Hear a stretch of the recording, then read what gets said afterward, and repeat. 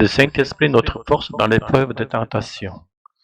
Luc 4, versets 6 à 7. Je te donnerai toute cette puissance et leur gloire, car elle m'avait été livrée, je la donne à qui je veux. Si donc tu m'adores, tout sera à toi. Le fait que Jésus ait été tenté par le diable avant de commencer son ministère public est rapporté dans les évangiles synoptiques Matthieu, Marc et Luc.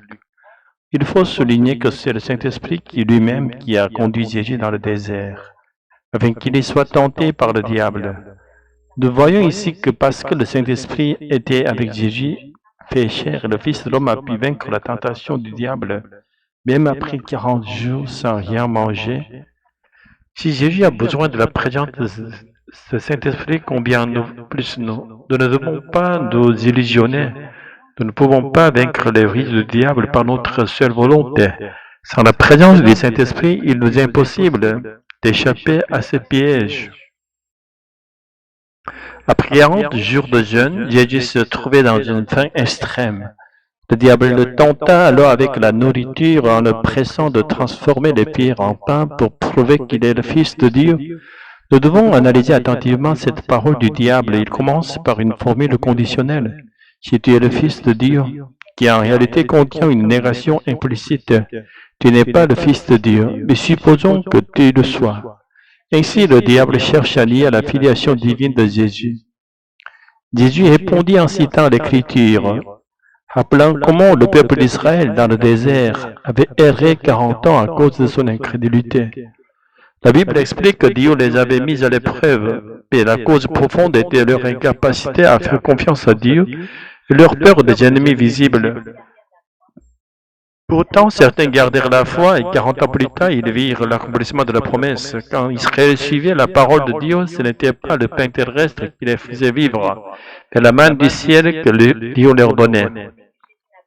Il est important de nous rappeler que Jésus n'a pas dit « l'homme peut vivre sans pain, mais bien l'homme ne vivra pas de pain seulement ». Si nous croyons pleinement en Dieu d'abord, il nous donnera ensuite notre pain quotidien. Cet ordre ne doit jamais être inversé. Ainsi, Jésus repoussa la tentation du diable qui voulait qu'il prouve sa divinité par miracle que seul Dieu pouvait accomplir.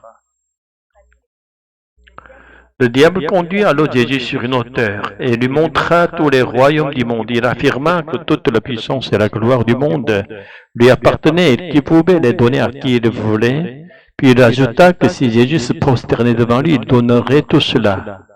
Or, si nous en venons à placer les bénédictions de Dieu au-dessus de Dieu lui-même, nous serons prêts à commettre un compromis, prier Dieu tout en nous tournant aussi vers des idoles, cherchant ailleurs la prospérité. C'est là l'idolâtrie. Et c'est exactement ce qu'Israël fait dans l'Ancien Testament. Pour conclure, arrêtons-nous sur un détail du texte grec de Luc 4, 6, 7.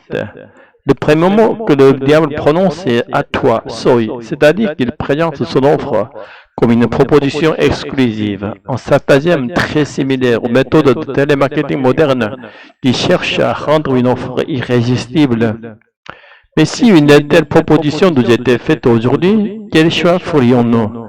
Refuserait-on une chance unique d'obtenir richesse, gloire et pouvoir?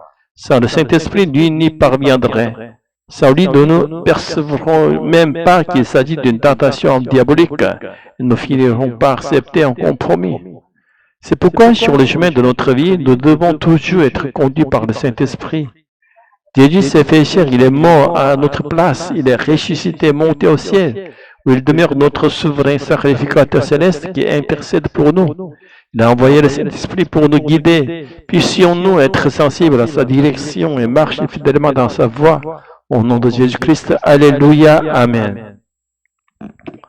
Seigneur Tout-Puissant, tu as envoyé ton Fils bien-aimé dans le désert pour affronter les ruses du diable, et tu l'as soutenu par ton Esprit Saint. Nous confessons que sans ton Esprit, nous ne pouvons discerner ni résister aux séductions de l'ennemi. Remplis-nous chaque jour de ta présence. Rends nos cœurs sensibles à la voix de ton Esprit et garde-nous fidèles pour n'adorer que toi seul. Au nom de Jésus-Christ, notre Sauveur et souverain sacrificateur éternel, nous prions. Amen.